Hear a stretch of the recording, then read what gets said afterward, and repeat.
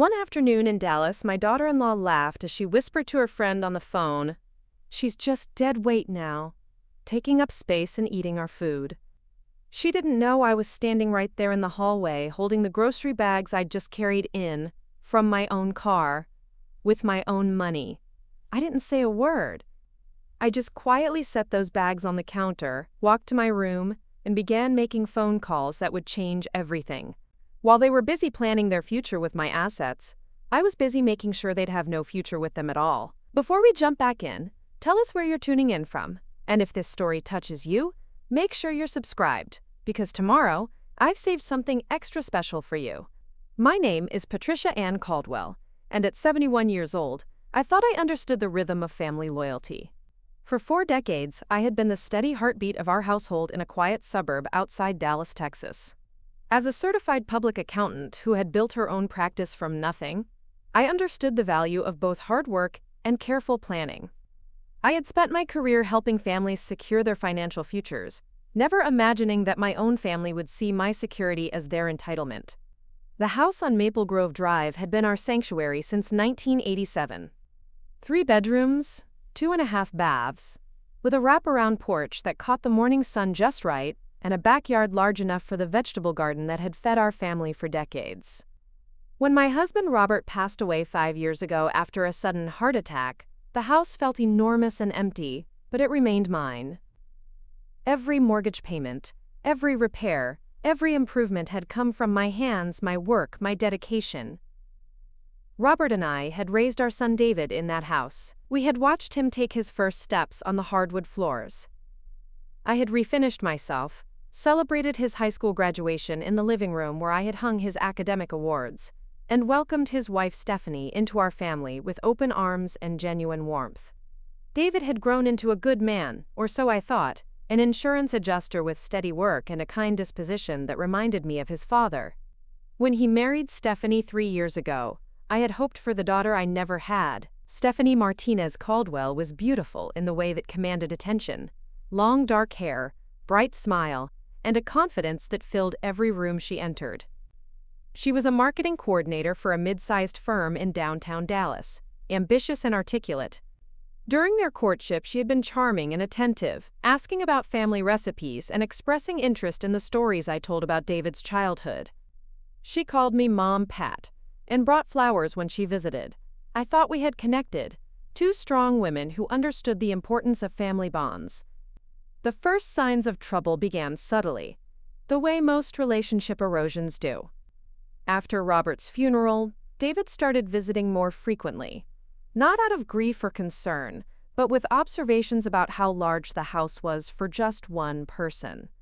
He would walk through the rooms with a calculating eye, mentioning how expensive utilities must be, how much work the yard required, how unsafe it might be for a woman my age to live alone.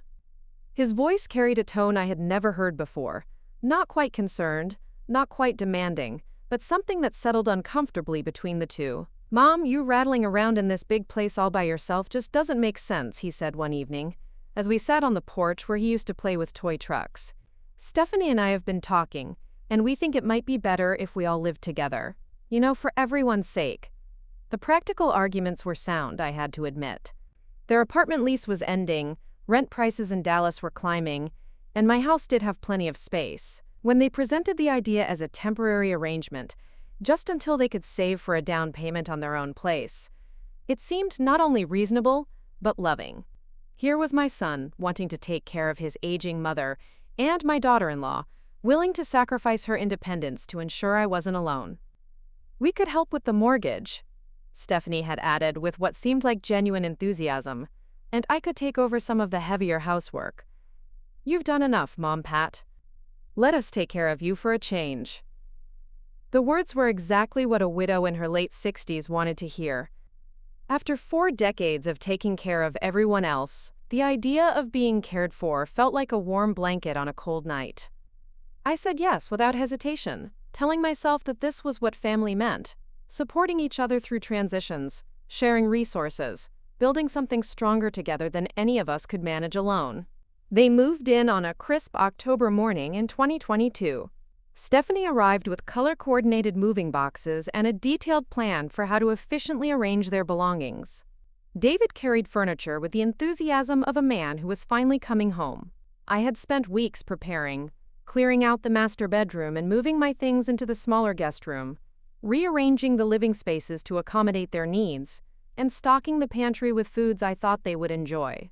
The first month felt like an extended family vacation.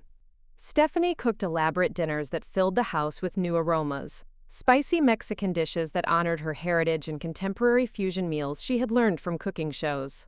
David helped with yard work and household repairs that I had been putting off. We watched movies together in the evenings, shared stories over coffee in the mornings, and I felt a warmth in the house that had been missing since Robert's death. But beneath the surface, subtle shifts were already beginning. Stephanie had opinions about everything: the temperature setting, the brand of coffee I bought, the way I organized the kitchen cabinets. She didn't demand changes directly. Instead, she made suggestions with the kind of smile that was difficult to refuse. "Mom, Pat, I noticed you keep the sugar in this cabinet, but wouldn't it make more sense over here by the coffee maker? Just more efficient, you know?" Each suggestion was logical, practical, presented with such reasonableness that disagreeing would have seemed petty. So I agreed, adapting my routines to accommodate theirs, rearranging my life to fit into their vision of efficiency.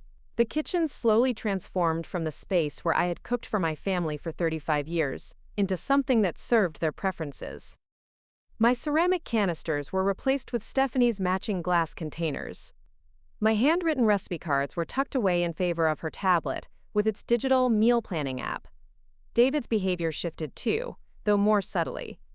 He had always been respectful, but now there was a distance in his interactions with me, as though he was viewing me through Stephanie's eyes rather than his own.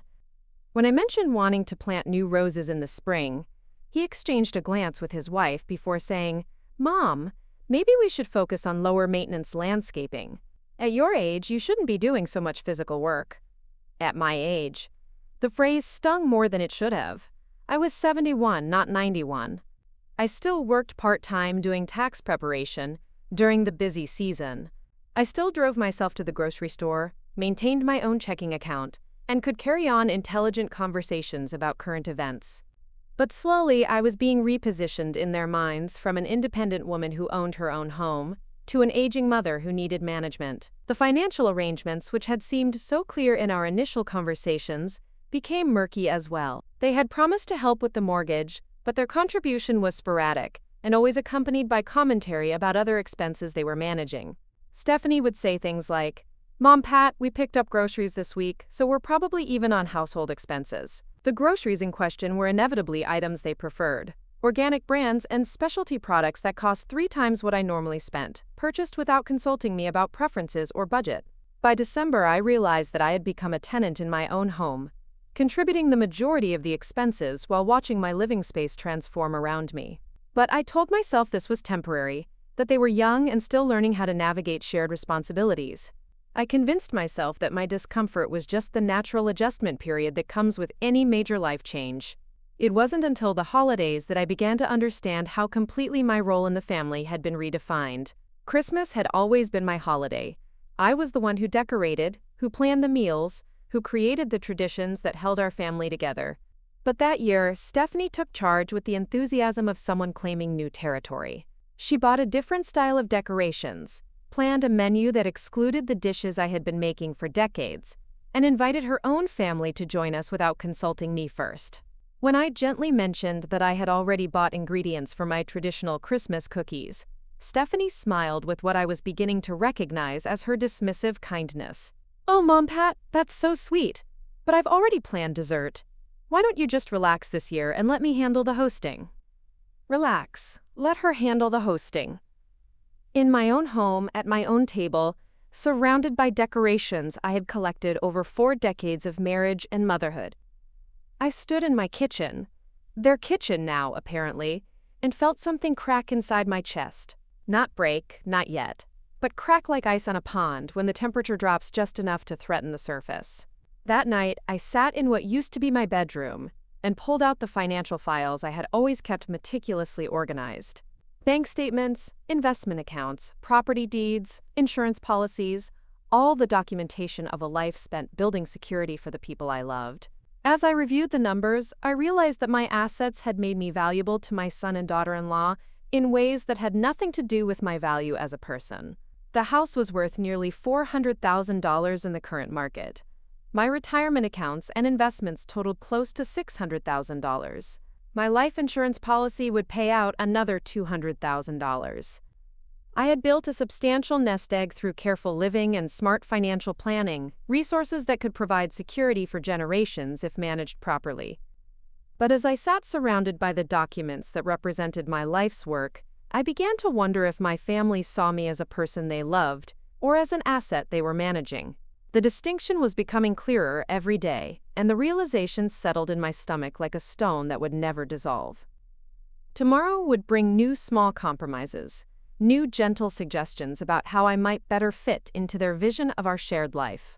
But tonight, in the quiet of my rearranged bedroom, I began to understand that love and exploitation could wear the same face, speak the same language, and sleep under the same roof. The foundation I thought I was building with my family was actually being built on top of me, and I was slowly being buried beneath the weight of their expectations and my own desire to be needed.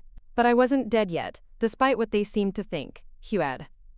I just hadn't decided what to do about it. Preparing and narrating this story took us a lot of time, so if you are enjoying it, subscribe to our channel. It means a lot to us. Now back to the story. The new year brought changes that arrived like storm clouds, slowly at first, then all at once. January in Texas meant tax season for me, the busiest time of my professional year, when I typically worked from my home office helping dozens of families navigate their financial obligations. For 30 years, this had been my domain, my expertise, my contribution to the community that went far beyond just being someone's mother or wife. But when I mentioned my upcoming client appointments to David and Stephanie over breakfast, the response wasn't the support I expected. Stephanie looked up from her phone with raised eyebrows. "Mom, Pat, are you sure you should still be doing that? I mean, tax law changes every year. And, at your age, are you keeping up with all the new regulations?" The question hit me like a slap disguised as concern. I had been preparing taxes longer than Stephanie had been alive. I attended continuing education seminars every year, maintained my certifications, and had built a reputation for accuracy that brought clients back year after year. But in her voice, I heard the assumption that age had somehow diminished my competence, that my 71 years automatically meant confusion and outdated knowledge. "I've been doing this longer than you've been working, sweetheart," I said, trying to keep my tone light despite the defensive anger rising in my chest. "I think I can handle Mrs. Peterson's 1040. David set down his coffee cup with a sound that seemed louder than necessary. "Mom, Stephanie's just looking out for you. Maybe it's time to think about retiring completely. You don't need the stress anymore." The stress. As though helping people navigate their financial responsibilities was some kind of burden I was too fragile to bear, rather than work that gave me purpose and kept my mind sharp. They spoke about my career the way you might discuss an elderly relative's insistence on driving, a dangerous hobby that needed to be gently discouraged for everyone's safety. But I continued with my tax season anyway, though it became increasingly difficult to work from what had once been my comfortable home office. Stephanie had decided the space would be better utilized as a fitness room and had gradually moved my desk and filing cabinets into a corner of the garage. "You'll have more privacy out there," she explained, as though the unheated, concrete-floored garage with poor lighting was an upgrade from the warm, well-lit room where I had conducted business for decades.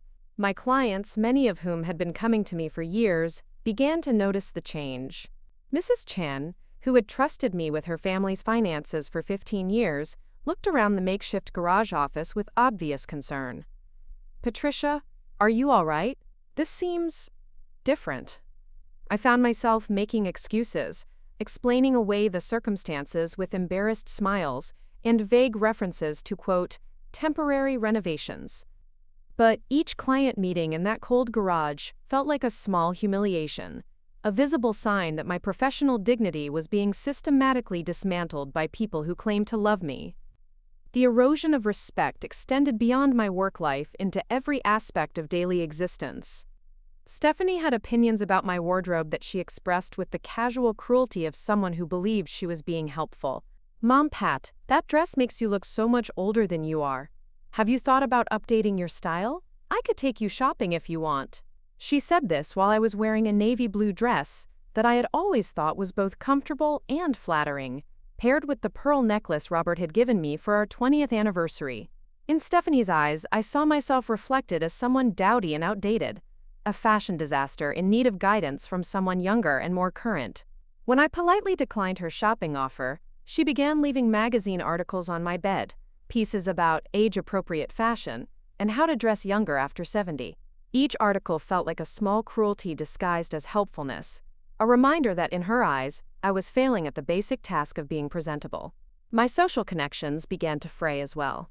Stephanie had strong opinions about my friends, whom she considered either bad influences or too demanding of my time.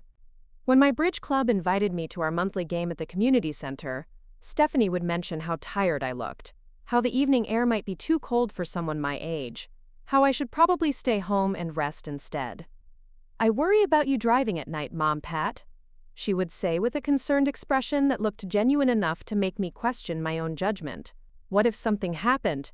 David and I would never forgive ourselves. Gradually, I found myself declining invitations that I had once eagerly accepted. Bridge club, book club, the monthly dinner group I had belonged to for over a decade. All of these connections began to feel too complicated, too fraught with potential worry and disappointment. It was easier to stay home, to avoid the subtle disapproval and manufactured concern that greeted my desire for independence. David, meanwhile, had become increasingly involved in what he called managing Mom's affairs. He offered to take over paying my bills, suggesting that it would be one less thing for me to worry about.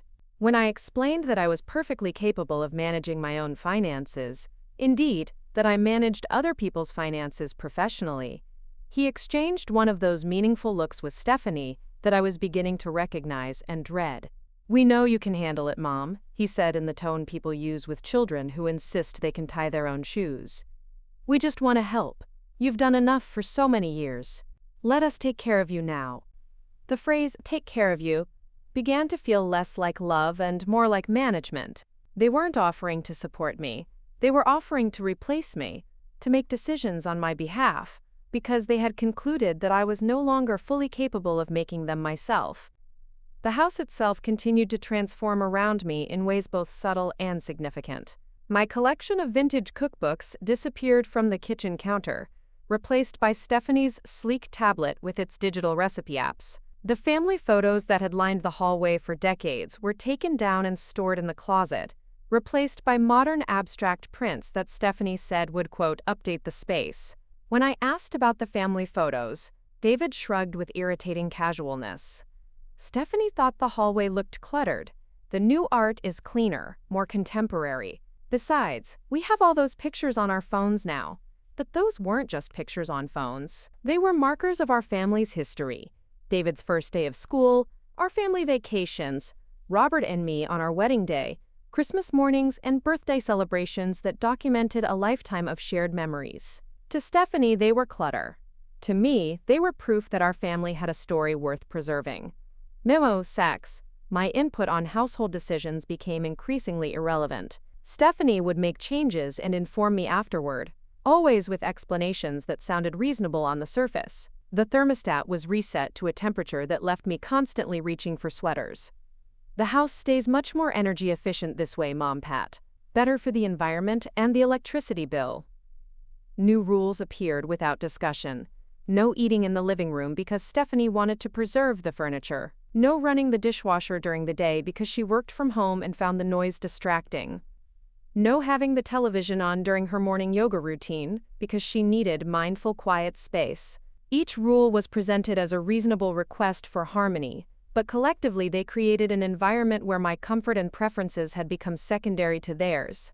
I was living by their schedule, in their version of my house, according to their standards of what constituted appropriate behavior for a woman my age. The breaking point of this particular phase came in March, during what should have been a celebration.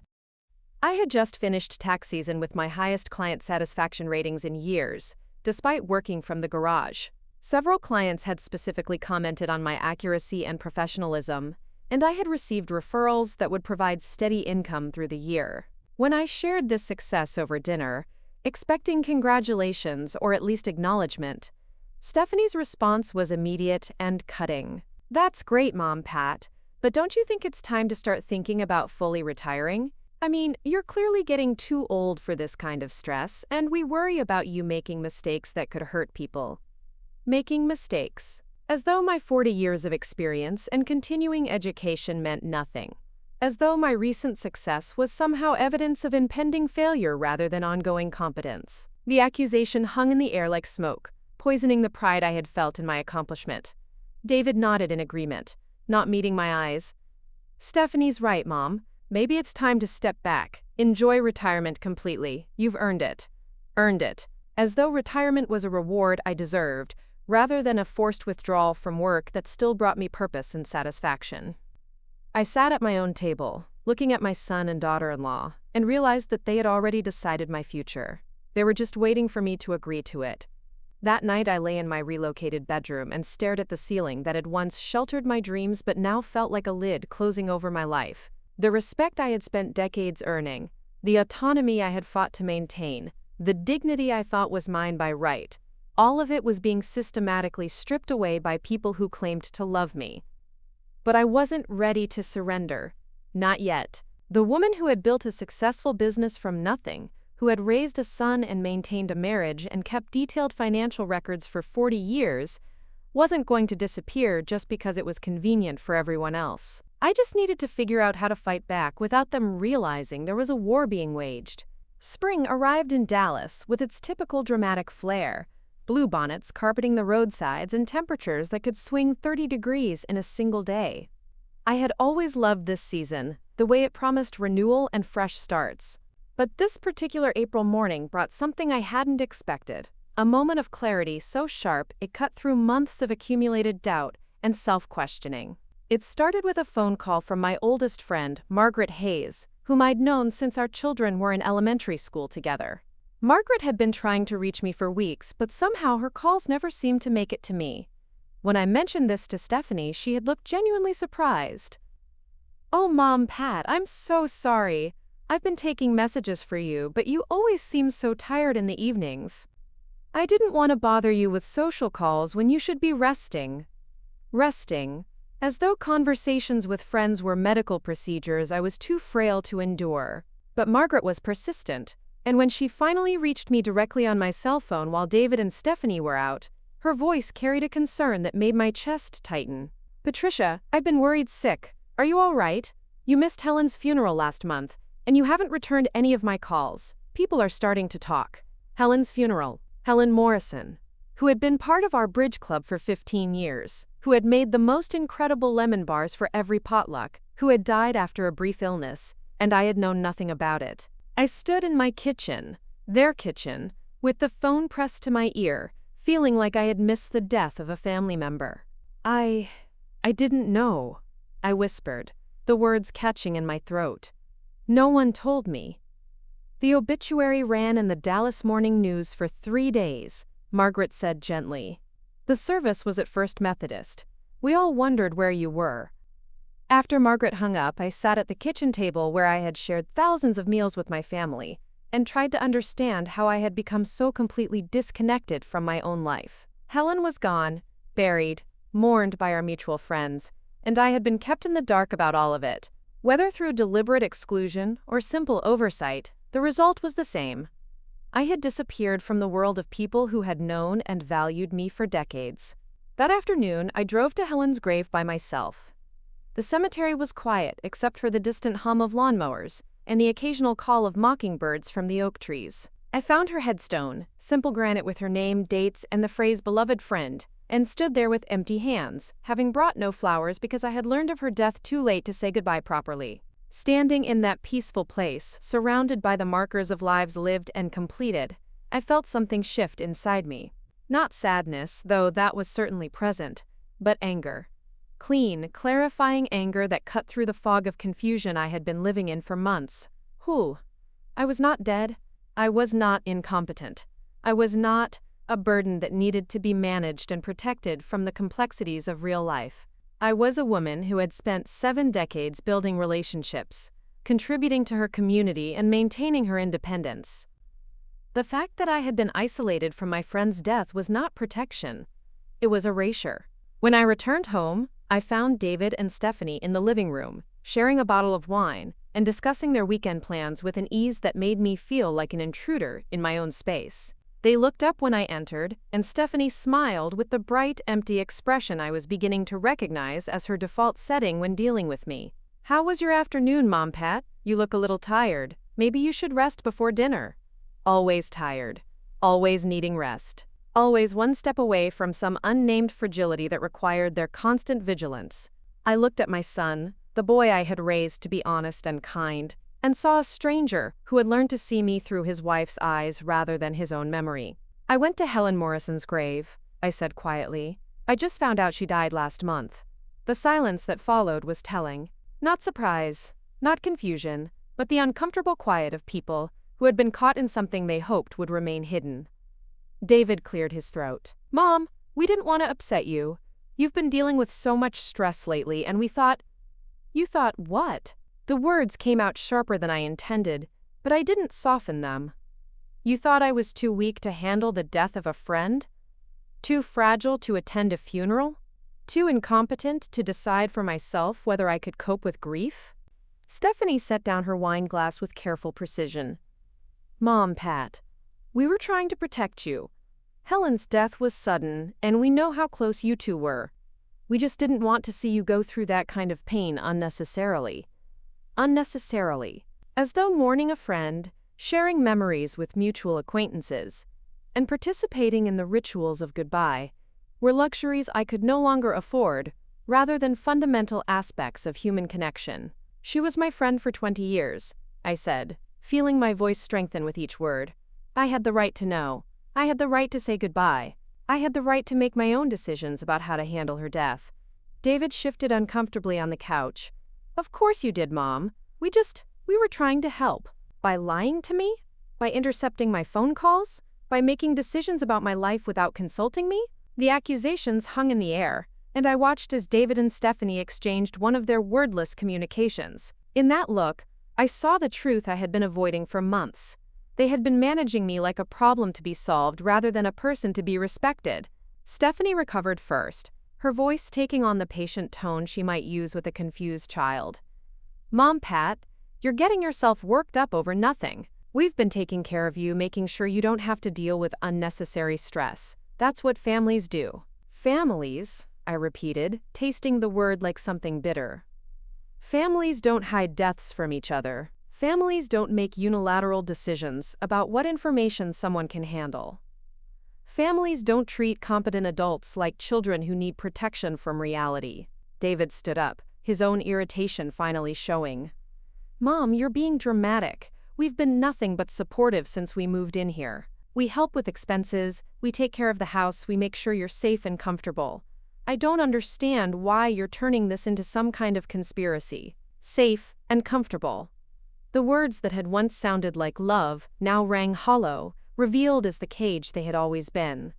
They had made me safe by removing my agency. They had made me comfortable by eliminating my choices. They had cared for me by slowly erasing the parts of me that inconveniently insisted on independence. "I don't need protection from my own life," I said, my voice steadier now than it had been in months. "I need respect for my ability to live it." Stephanie's mask slipped just slightly, revealing the impatience she had been hiding beneath her manufactured concern. "Mom, Pat, you're 71 years old. You're not as sharp as you used to be, and that's okay, it's natural. But pretending you can handle everything the way you used to isn't helping anyone." Not as sharp as I used to be. The phrase hit me like a physical blow, not because it was cruel, though it was, but because it revealed the fundamental assumption that had been driving their behavior for months. In their minds, I had already begun the inevitable decline toward incompetence. And they were simply managing that decline with appropriate compassion. But I knew the truth about my own mind, my own capabilities, my own strength. I had just completed the most successful tax season of my career. I could balance a checkbook. remember important dates, navigate complex financial regulations, and carry on sophisticated conversations about everything from current events to investment strategies. The only thing that had declined was their willingness to see me as I actually was, rather than as they expected me to become. That night, after they had retreated to their room with wounded expressions and whispered conversations I couldn't quite hear, I sat in my relocated bedroom and made a decision that would change everything. I was not going to argue with them anymore. I was not going to defend my competence or negotiate for basic respect. I was not going to gradually surrender pieces of myself until nothing recognizable remained. I was going to take action. Quiet, decisive, irreversible action that would remind everyone involved exactly who Patricia Ann Caldwell was and what she was capable of achieving when properly motivated. The next morning, I called my attorney and made an appointment for the following week. When Stephanie asked about the appointment, having overheard my side of the conversation, I smiled pleasantly and told her it was just routine business. "Nothing for you to worry about," I said, using her own dismissive tone back at her. "Just some paperwork that needs updating." For the first time in months, I felt like myself again. And for the first time since they had moved in, I had a secret that was entirely my own. Bore more my cares. The war wasn't over, but the first battle was about to begin, and they had no idea what was coming. Kishniva. The law office of Mitchell and Associates sat in a restored Victorian house in downtown Dallas, its burgundy exterior and white trim giving it the appearance of respectability that comes with decades of serving the city's established families. I had been coming here for 15 years, ever since Robert and I first updated our wills, and the familiar creak of the hardwood floors beneath my feet felt like stepping into a sanctuary where my competence was never questioned. James Mitchell had aged alongside his practice, his hair now silver but his mind as sharp as ever. When his secretary led me into his office that Thursday morning, he greeted me with the warm professionalism that had always made our business relationship feel personal without becoming inappropriate. "Patricia, it's good to see you," he said, gesturing to the leather chair across from his mahogany desk. "Though I have to admit, your call intrigued me. You mentioned wanting to review your estate planning, but when we updated everything after Robert's passing, I thought we had covered all the contingencies." I settled into the familiar chair and placed my purse carefully on my lap, feeling the weight of the decision I was about to make. "James, I need to ask you something, and I need you to be completely honest with me. If someone wanted to contest my will or challenge my mental competency, how difficult would that be?" His eyebrows rose slightly, but his expression remained neutral. "That's an interesting question. Are you concerned about potential challenges to your estate plan?" "I'm concerned about my son and daughter-in-law," I said, the words feeling strange but necessary. "They've been managing me more than I'm comfortable with, making decisions about my life without consulting me. I'm beginning to wonder if they think I'm incompetent, and if they might try to prove that legally." James leaned back in his chair, his fingers steepled in front of him. "Patricia, I've known you for 15 years. I've watched you navigate complex financial decisions, adapt to changing tax laws, and handle your husband's estate with remarkable composure. Unless something has dramatically changed in the past few months, I would say any competency challenge would be extremely difficult to prove. But not impossible? Nothing's impossible," he admitted. "But the burden of proof would be on them to demonstrate that you lack the mental capacity to make decisions about your own affairs. Given your professional background and recent business activity, that would be a very high bar to clear." Relief flooded through me, followed immediately by a cold determination that surprised me with its intensity. "Good, because I want to make some changes to my will, and I want to make sure those changes are unassailable." Over the next hour, I outlined my new intentions with the same methodical precision I had once used to organize tax documents. The house, currently willed to David, would instead go to the local chapter of Habitat for Humanity. My investment accounts, previously designated for my son's family, would be redirected to establish a scholarship fund for non-traditional students pursuing accounting degrees. The life insurance policy would benefit the Dallas Public Library system, specifically their literacy programs for seniors. James took notes without comment, though I caught him glancing at me occasionally with what might have been concern, or simply professional curiosity. When I finished, he set down his pen and looked at me directly. Patricia, these are significant changes. I have to ask, are you making these decisions in anger? Because estate planning done in the heat of emotion often leads to regrets later. I'm not angry, I said, and realized as I spoke that it was true. The rage I had felt the night before had crystallized into something cleaner, more purposeful. I'm clear. For the first time in months, I'm absolutely clear about what I want and why I want it. And what you want is to disinherit your son completely? The word hung in the air between us like a challenge. Disinherit. It sounded harsh, punitive, the kind of thing bitter old women did to families who had wronged them. But as I considered it, I realized that wasn't what I was doing at all. I'm not punishing David, I said slowly, working through the logic as I spoke. I'm choosing to leave my assets to people and organizations that value what I've built, rather than to people who see it as their entitlement. David and Stephanie have made it clear that they consider my independence and decision-making capability to be problems that need management. They can manage without my money as well. James nodded thoughtfully. I understand, and I want you to know that these changes are entirely within your rights, but I'd like to suggest a few modifications that might serve your purposes even better. What he proposed was elegant in its simplicity. Rather than simply changing the beneficiaries, we would create a trust structure that would make any attempt to contest the will not just difficult, but financially destructive to the potential challengers. If David and Stephanie tried to claim incompetency and lost, which James believed they would be responsible for all legal fees on both sides of the dispute. It's sometimes called a no-contest clause, he explained. If they accept your decisions, they walk away with nothing but clean consciences. If they fight your decisions and lose, they walk away with nothing and significant debt. The beauty of it took my breath away.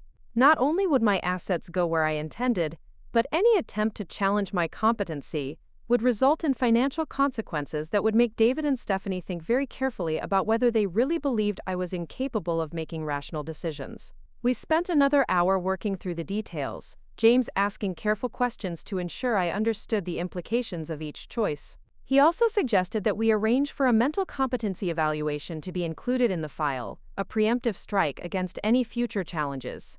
Dr. Rebecca Santos is the best geriatric psychiatrist in Dallas, he said. If you're willing to undergo a comprehensive evaluation, her written assessment of your mental state will be powerful evidence of your capacity at the time these documents were signed. I agreed immediately. The idea of having my competency officially documented felt like armor I could wear into whatever battles lay ahead.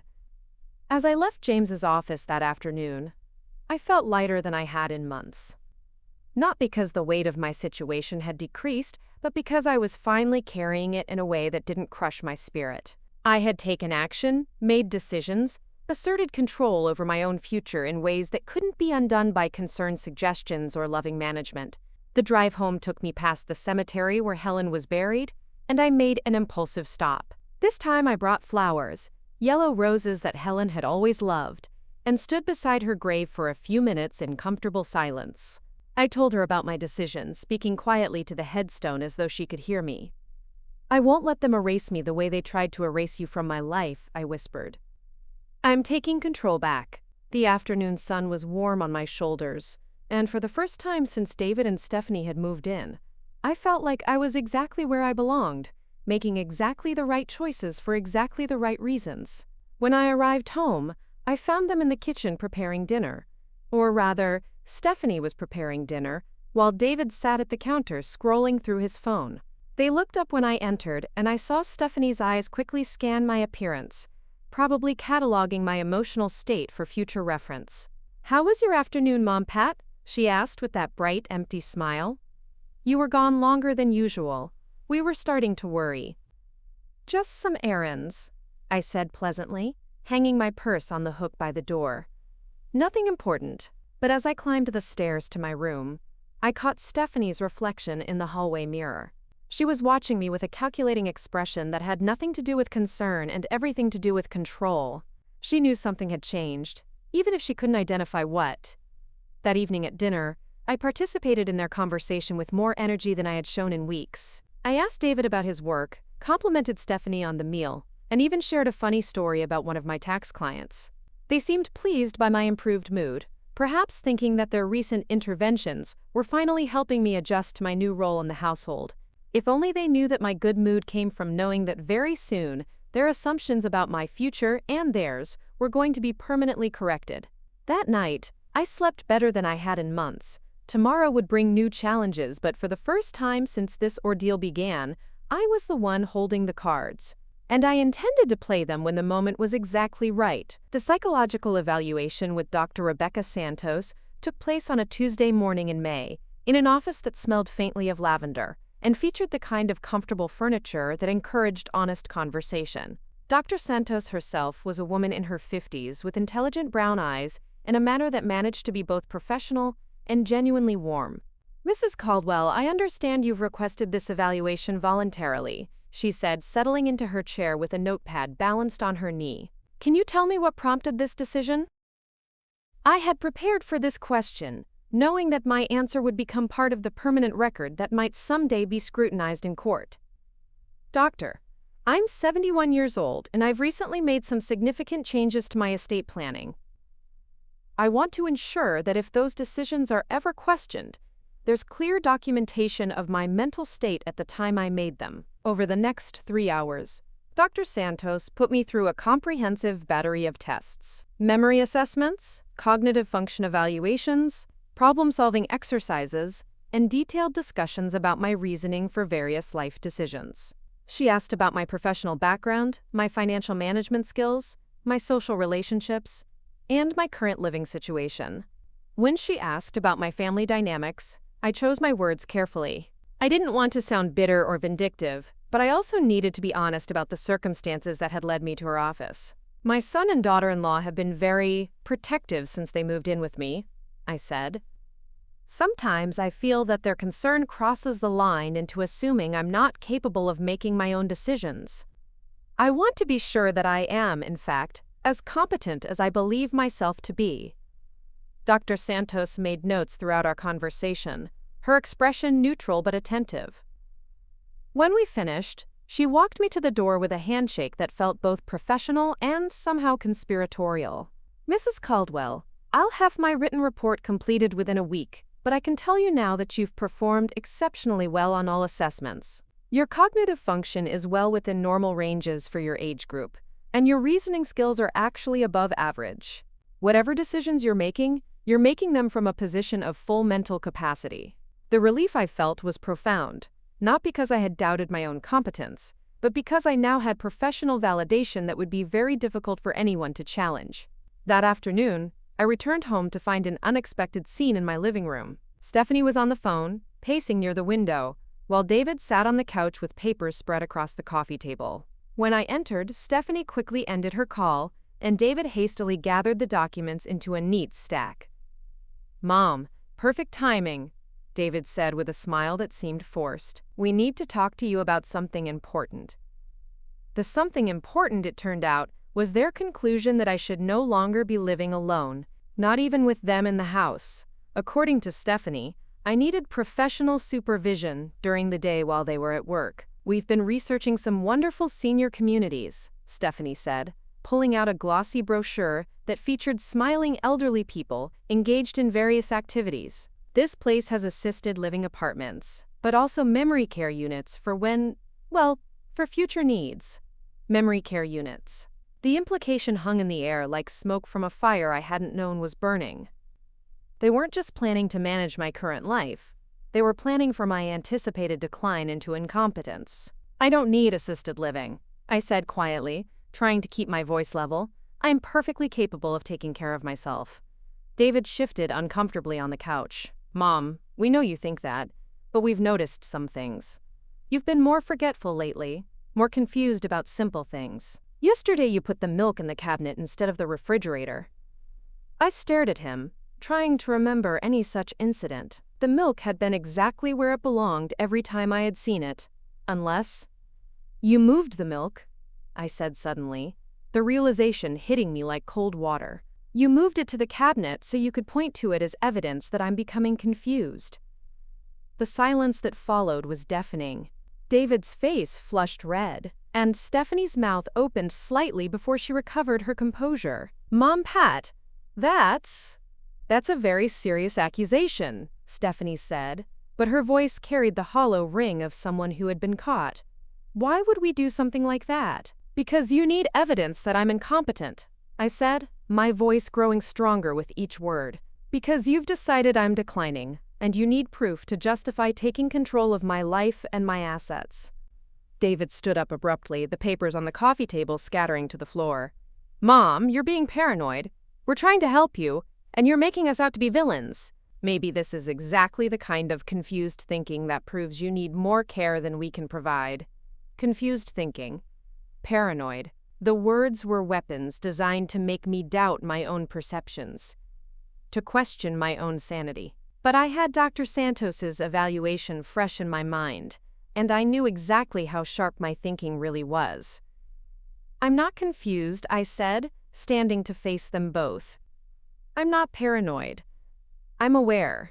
And what I'm aware of is that you've been systematically isolating me, undermining my confidence, and manufacturing evidence of incompetence to justify taking control of my life. Stephanie's mask finally slipped completely. The sweet, concerned expression vanished, replaced by something cold and calculating that I had sensed but never seen directly. Look, Mom Pat, she said, her voice taking on a harder edge. You're old. You're alone. You're sitting on assets worth over $1 million while living like some kind of hermit in a house that's too big for you. David and I are young, we have plans, we have futures to build. We can't spend the next decade watching you slowly fall apart, while everything that could help us gets wasted on your stubborn pride. There it was, the truth I had suspected but hadn't wanted to acknowledge. I wasn't their beloved mother figure who needed protection. I was an obstacle between them and financial security. My assets weren't a legacy to be preserved, but resources to be accessed as quickly as possible. David looked stricken by his wife's bluntness, but he didn't contradict her. Instead, he tried a different approach. Mom, what Stephanie means is that we're concerned about your future. The nursing home costs, if you really do develop dementia, could eat through your entire estate. If you transfer assets to us now, we can protect them and make sure there's something left for the grandchildren we're planning to have. Grandchildren they were planning to have. As though my potential future grandchildren were more deserving of my life's work than I was in my actual present. And what if I don't develop dementia, I asked. What if I live another 15 years in perfect mental health? Do I just spend that time as a dependent in an institution while you enjoy the house and investments I spent 40 years building? Stephanie shrugged with casual cruelty. Mom Pat, let's be realistic. You're already showing signs of decline. Yesterday's milk incident, your increasing isolation from friends, your inability to manage simple household decisions without getting overwhelmed. These are early symptoms, and they're only going to get worse.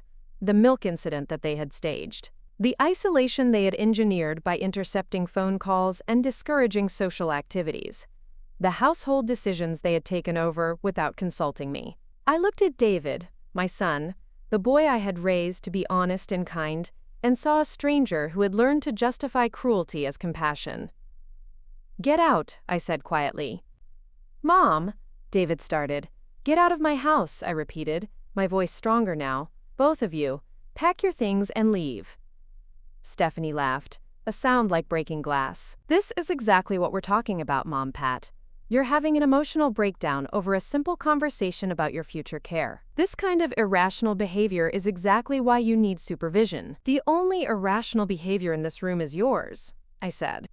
You've been gaslighting me for months, manufacturing evidence of incompetence, and now you're demanding that I hand over my assets to people who obviously see me as nothing more than dead weight standing between them and a comfortable life. The phrase hung in the air, and I saw both of them recognize it. Dead weight.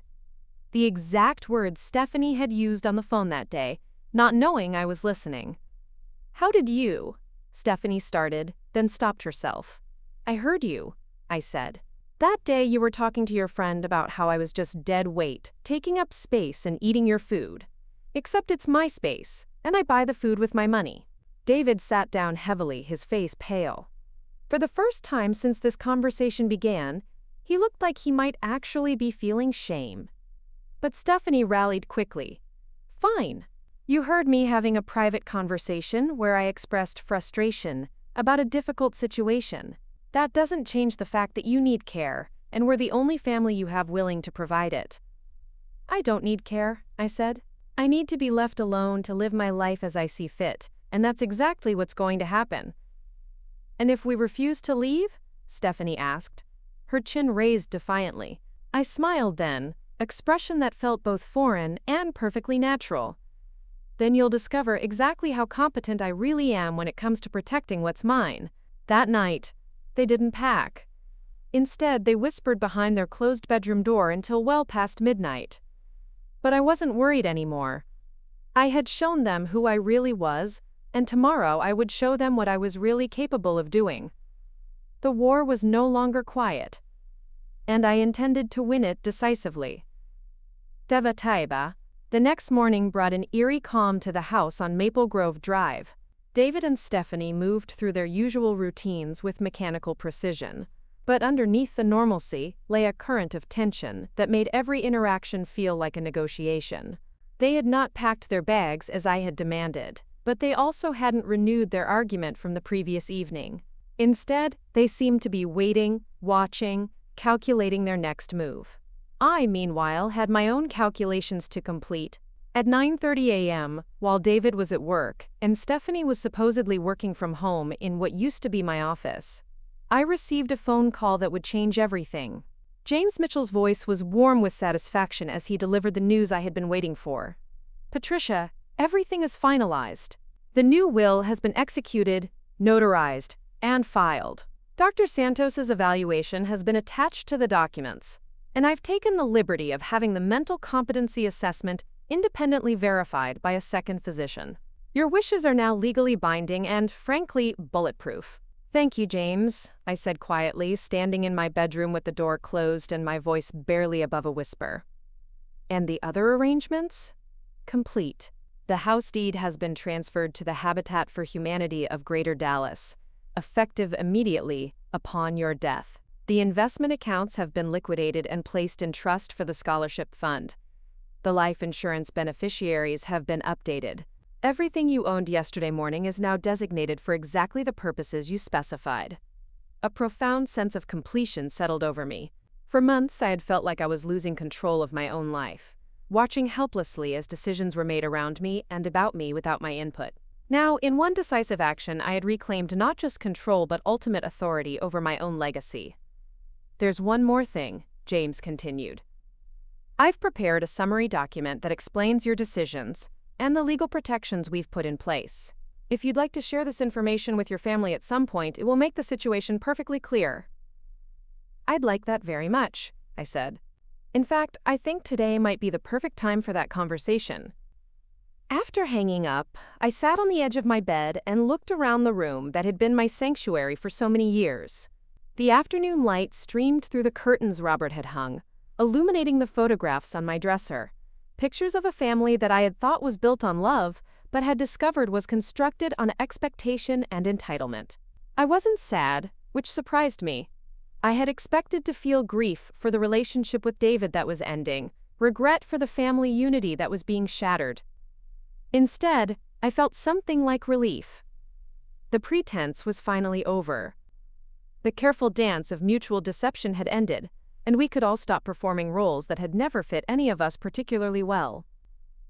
Around noon, I heard Stephanie's voice in the kitchen, bright and artificially cheerful as she spoke on the phone with someone. I caught fragments of the conversation as I made my way downstairs. Getting worse every day? Clearly needs professional care. We're doing everything we can, but she was building her case, creating a narrative of my declining competence that would justify whatever actions she and David were planning. The performance was for an audience I couldn't see, but I could imagine friends, family members, perhaps even professionals, who might be called upon to validate their concerns about my mental state. When she saw me enter the kitchen, Stephanie quickly ended her call with a sweet goodbye and turned to me with that familiar bright smile. "Mom Pat, how are you feeling today? You seemed upset last night, and David and I have been worried about you." Worried about me. As though my anger at their manipulation was evidence of confusion rather than clarity. I'm feeling very well, actually, I said, pouring myself a cup of coffee from the pot she had made. Clear-headed, decisive, ready to move forward with some important plans. Something flickered in her eyes. Wariness, perhaps, or calculation. Plans? Yes. I think it's time we had a family meeting. Could you ask David to come home early today? I have some information to share with both of you. Stephanie's smile faltered slightly. What kind of information? The kind that will clear up any confusion about my mental state and my decision-making capacity, I said pleasantly. I think you'll find it very enlightening. David arrived home at 4 p.m., earlier than usual, his face tight, with the kind of controlled concern that suggested Stephanie had already briefed him on my request for a family meeting.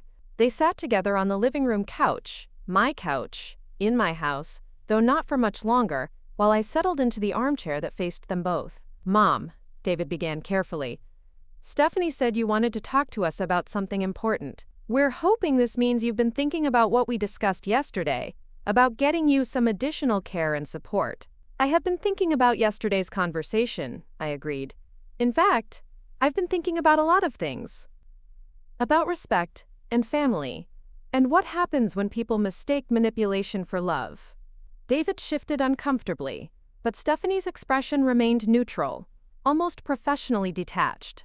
I've also been thinking about my future, I continued, and about how to ensure that my wishes are respected regardless of what anyone else might think is best for me. I reached into the folder beside my chair and withdrew the legal summary James had prepared. The document was impressive in its official appearance, multiple pages of legal letterhead, formal language, and the kinds of seals and signatures that spoke to serious legal weight. These are copies of documents I've had prepared by my attorney, I said, handing a set to each of them. I thought you should understand exactly where things stand. The silence that followed was broken only by the sound of pages turning and sharp intakes of breath.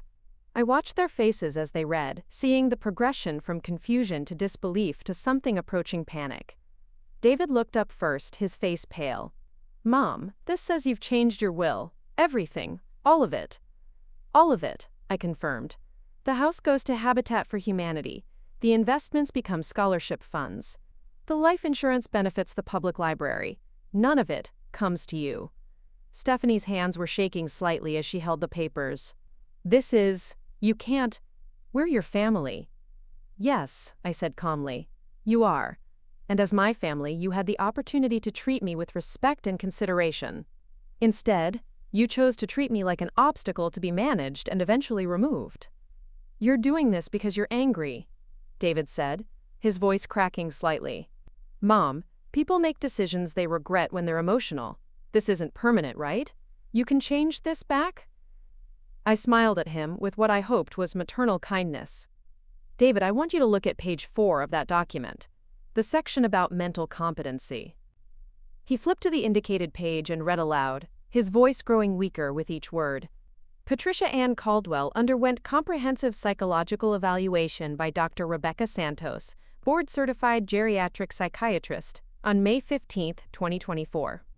Dr. Santos concludes that Mrs. Caldwell demonstrates full mental capacity, above-average cognitive function, and complete competence to make complex financial and legal decisions. There's more, I said gently. Keep reading. This evaluation was independently verified by Dr. Michael Chen, neuropsychologist, who concurs with Dr. Santos's assessment. Both evaluations are on file and available for legal review. The papers fell from David's hands onto the coffee table with a soft rustling sound. You planned this, all of it. You've been planning this for weeks.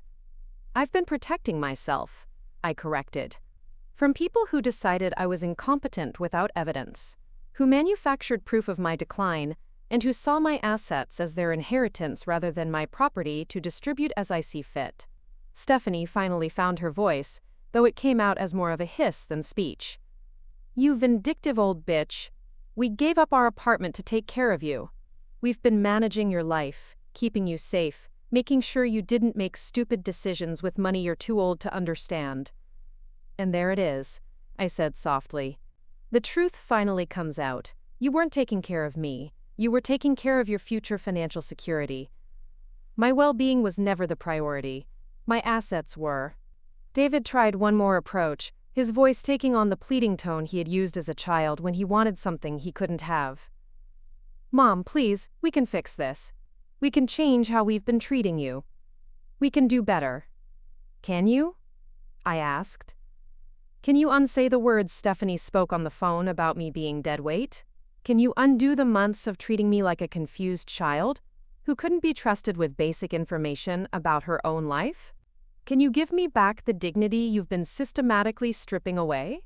The silence stretched between us like a chasm that had always been there but was only now visible. I want you both to pack your belongings and leave my house, I said finally. Today. You have until 8 p.m. to remove your things, and then I'm changing the locks. You can't throw us out, Stephanie said, desperation creeping into her voice. We have rights. We've been living here, contributing to expenses. Check page 7 of your documents, I interrupted. You'll find that since you never signed a lease, never paid rent, and never formally established tenancy, you're considered guests in my home, guests who are no longer welcome. As they sat there in stunned silence, I stood and walked to the window that looked out over the backyard where David had once played as a child. The irony wasn't lost on me. I was fighting to keep the house that would never actually belong to me again once I died. But it wasn't about ownership anymore. It was about choice, about dignity, about the right to determine my own legacy. I loved you both, I said without turning around. I would have given you anything you needed, supported any reasonable request, shared my resources gladly. All you had to do was treat me like a person whose opinion mattered, whose feelings were valid, whose competence was assumed rather than questioned. When I turned back to face them, I saw two people who had just realized they had gambled everything on their ability to manipulate me, and had lost completely. 8 o'clock, I repeated. Don't make me call the sheriff to escort you out. The war was over. And for the first time in months, I had won something worth having. The right to live my own life on my own terms, for whatever time I had left. The hours between 4 p.m. and 8 p.m. on that May afternoon unfolded like a carefully choreographed dance of denial, bargaining, and rage. David and Stephanie moved through my house with the frantic energy of people who had just discovered that their entire future had been pulled out from under them, leaving them grasping at air where solid ground used to be. The first phase was disbelief. David spent nearly an hour on the phone with James Mitchell's office, trying to convince someone, anyone, that there had been a mistake, that his mother couldn't possibly have made such drastic changes without his knowledge, that surely there was some legal loophole that would restore the inheritance he had never legally possessed, but had always assumed was his. I could hear fragments of his conversation from my position in the kitchen, where I was calmly preparing myself a light dinner as though this were any ordinary evening. There has to be something wrong with the paperwork. She's been confused lately. We have evidence of declining mental capacity. The responses he received were apparently not what he hoped to hear, because each call ended with increasingly frustrated sounds and the sharp snap of his phone being closed with more force than necessary. Stephanie, meanwhile, had moved into what I recognized as damage control mode. She made a series of calls to people whose voices I couldn't identify. Friends, relatives, perhaps even professionals who might be able to provide legal advice or emotional support. But I could tell from her tone that she wasn't finding the sympathy or solutions she was seeking. "You don't understand," I heard her say during one particularly intense conversation. "We gave up everything to take care of her. We left our apartment, we've been managing her life, and now she's acting like we were trying to steal from her. It's completely irrational." Irrational. The word that had become their default explanation for any behavior from me that didn't align with their plans. I found it almost amusing that even now, faced with the legal documentation of my complete mental competency, they were still trying to frame my actions as evidence of confusion rather than consequence. Around 6 p.m., they shifted strategies. David appeared in the kitchen where I was reading a book while my soup cooled, his expression a mixture of desperation and the kind of forced calm that suggested he was trying very hard to manage his emotions. "Mom," he said, sitting down across from me at the table where we had shared thousands of meals over the years. "I want to apologize. I think Stephanie and I got so focused on trying to help you that we lost sight of how our actions were affecting you. We never meant to make you feel disrespected or controlled. I looked at my son, really looked at him, and tried to find traces of the boy I had raised to be honest and kind. He was there, underneath the desperation and manipulation, but buried so deeply that I wondered if he could even access that version of himself anymore. "David," I said gently, "do you remember when you were 12 and you broke Mrs. Henderson's window playing baseball in the backyard?" He blinked, clearly confused by the change of subject. Yes, I remember. And do you remember what you did when you realized what had happened?" "I came inside and told you immediately," he said slowly, still not understanding where this was leading. "You didn't make excuses. You didn't blame the wind, or claim the window was already cracked. You didn't suggest that Mrs. Henderson was overreacting, or that breaking windows was normal for boys your age. You took responsibility and asked what you could do to make it right."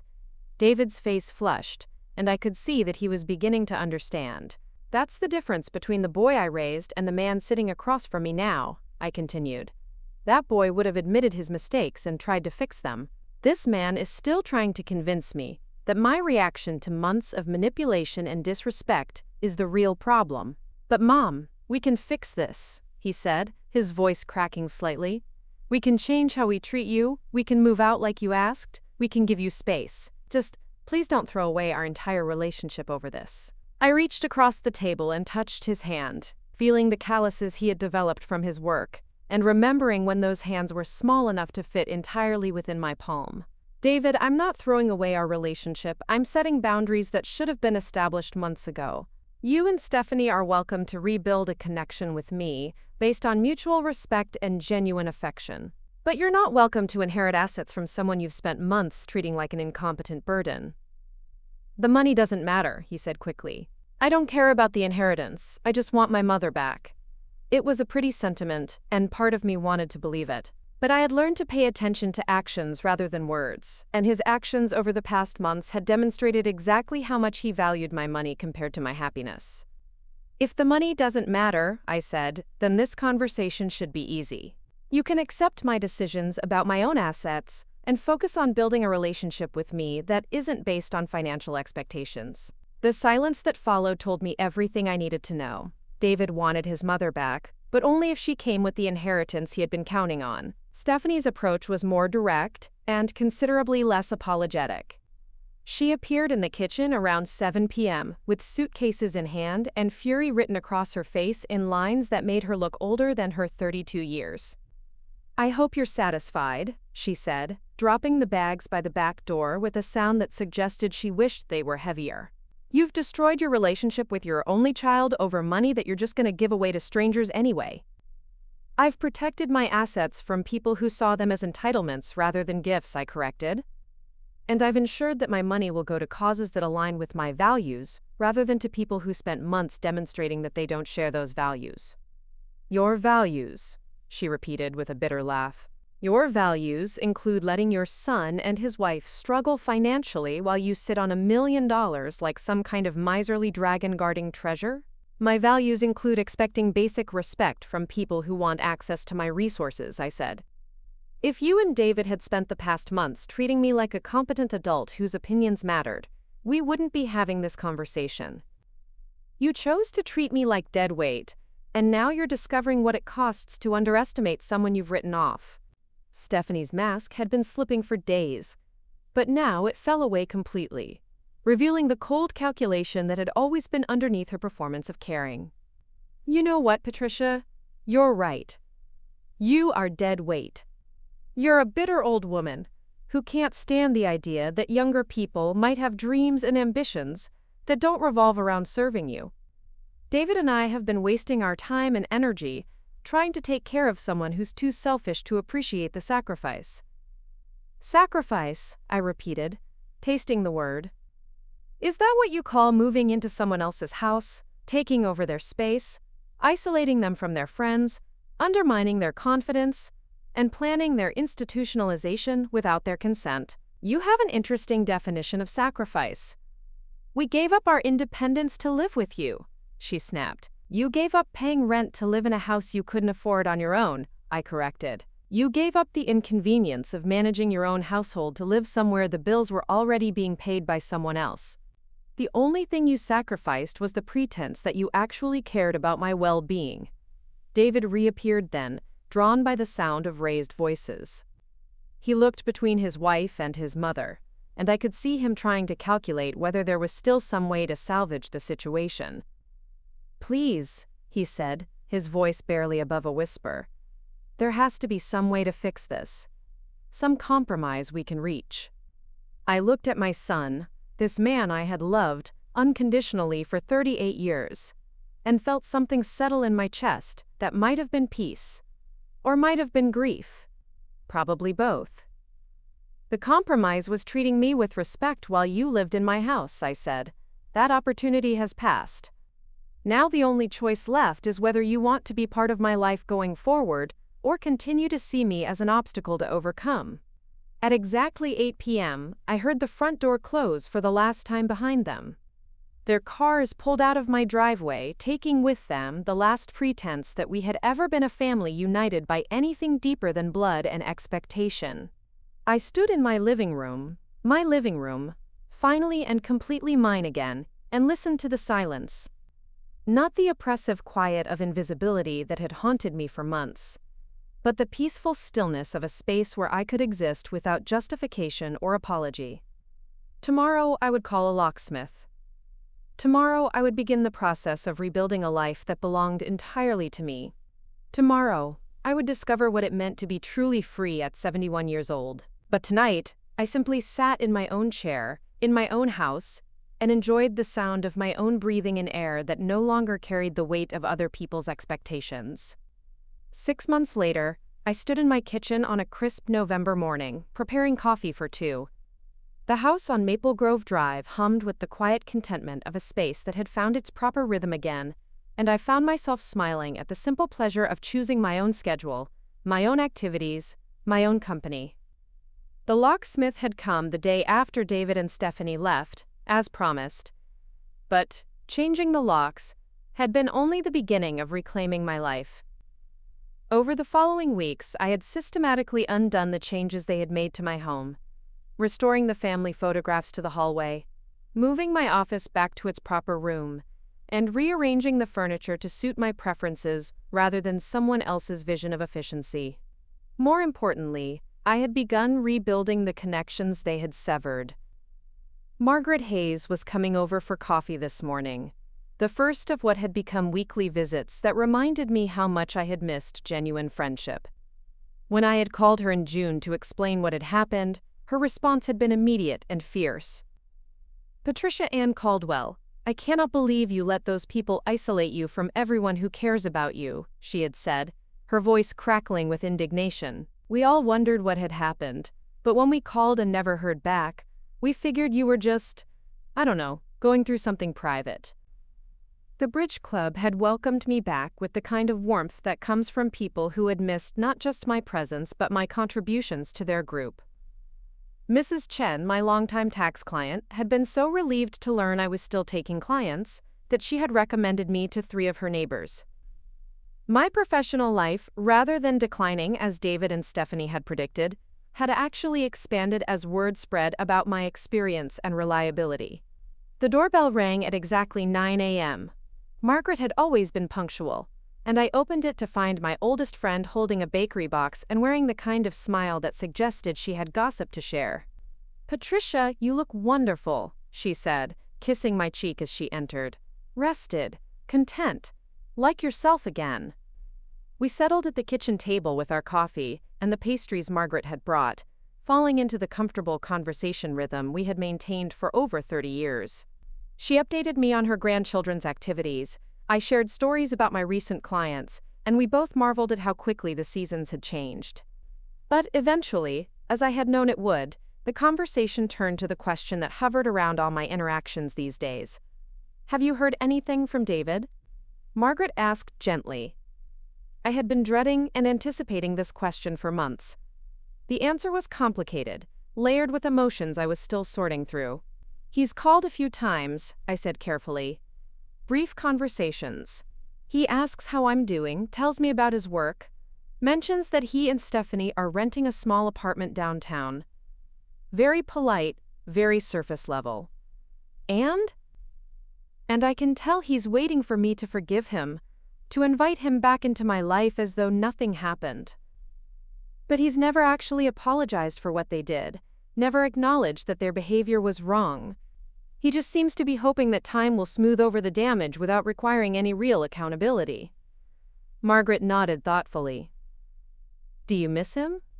The question struck deeper than I had expected. I miss the son I thought I had raised. I miss the relationship I thought we shared. But I don't miss being treated like an inconvenient obligation or a problem to be managed. That's probably the healthiest attitude you could have, Margaret said. Family relationships shouldn't require you to sacrifice your dignity or accept disrespect just because you share DNA. After Margaret left, I spent the afternoon in my garden, preparing the beds for winter and planning what I would plant in the spring. The physical work felt good, purposeful in a way that had nothing to do with anyone else's expectations or needs. I was gardening because I enjoyed it, because I wanted to see flowers bloom next year, because this was my space to tend as I saw fit. As the sun began to set, I received a phone call that I had been expecting but dreading. James Mitchell's voice was warm but professional as he delivered news that crystallized everything I had been feeling for months. Patricia, I wanted to let you know that David contacted our office again today.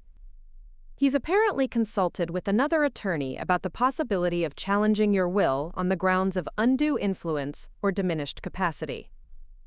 I sat down in my living room chair, feeling oddly calm about this development. And what did you tell him? I reminded him of the no contest clause we included in your will, and I mentioned that we have not just Dr. Santos's evaluation, but also the independent verification from Dr. Chen. I also pointed out that any attorney he consults will likely advise him that he has virtually no chance of success and a very high chance of incurring substantial legal fees. Do you think he'll pursue it anyway? James was quiet for a moment. Honestly, I think his wife is pushing him to try, regardless of the odds. Some people can't accept that they've lost control of a situation, especially when money is involved. After hanging up, I walked through my house slowly, touching familiar objects and surfaces that told the story of a life well lived. Family photographs that showed happier times, books I had collected over decades, furniture that had been chosen with care and maintained with love. This was my legacy, the tangible representation of my values and priorities. If David and Stephanie wanted to spend their limited resources fighting a battle they couldn't win, that was their choice. I had made my own choices, and I was finally at peace with them. That evening, I called Dr. Santos and arranged for another evaluation.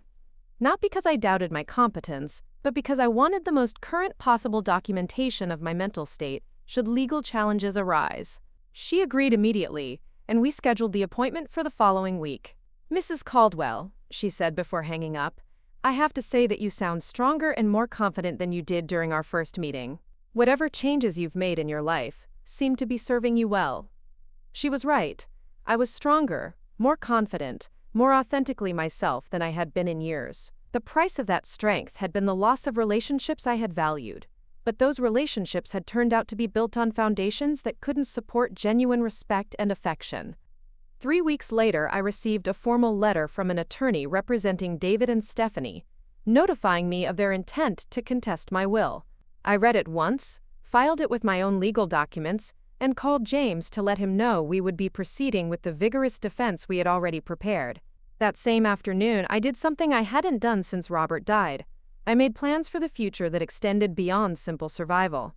I enrolled in a watercolor painting class at the community college, something I had always wanted to try but had never made time for.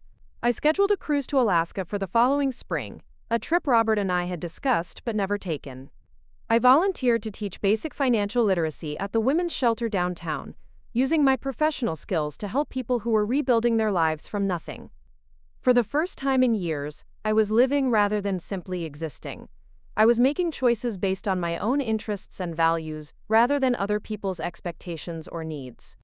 I was discovering what it meant to be truly independent at an age when many people are preparing to surrender their autonomy.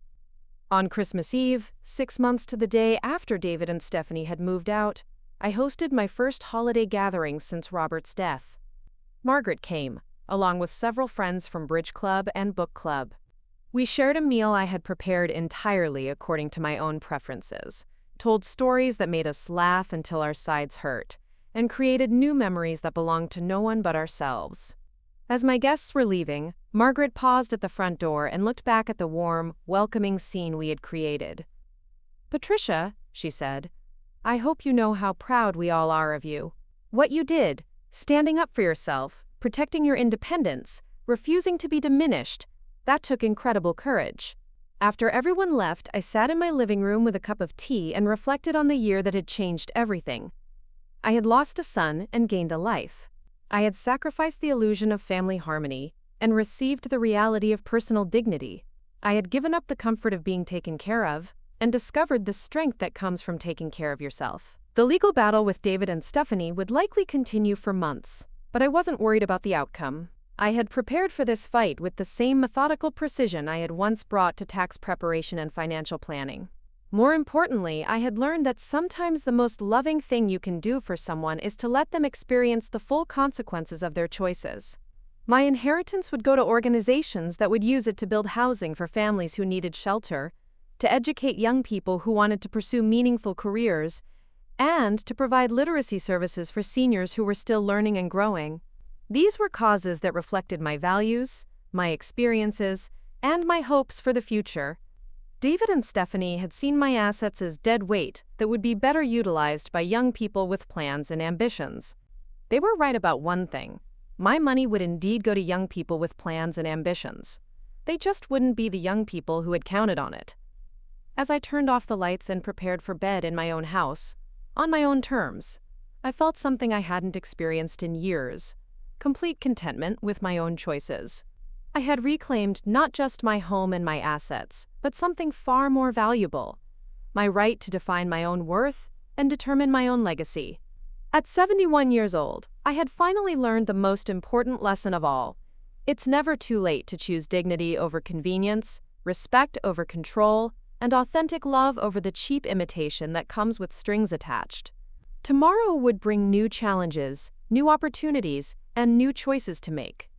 But tonight, I was simply Patricia Ann Caldwell, a woman who had faced the worst that family can do to each other, and emerged with her integrity intact and her future entirely her own. And that was enough. That was everything. Up next, you've got 2 more standout stories right on your screen. If this one hits the mark, you won't want to pass these up. Just click and check them out. And don't forget to like, subscribe, and turn on the notification bell so you don't miss any upload from us.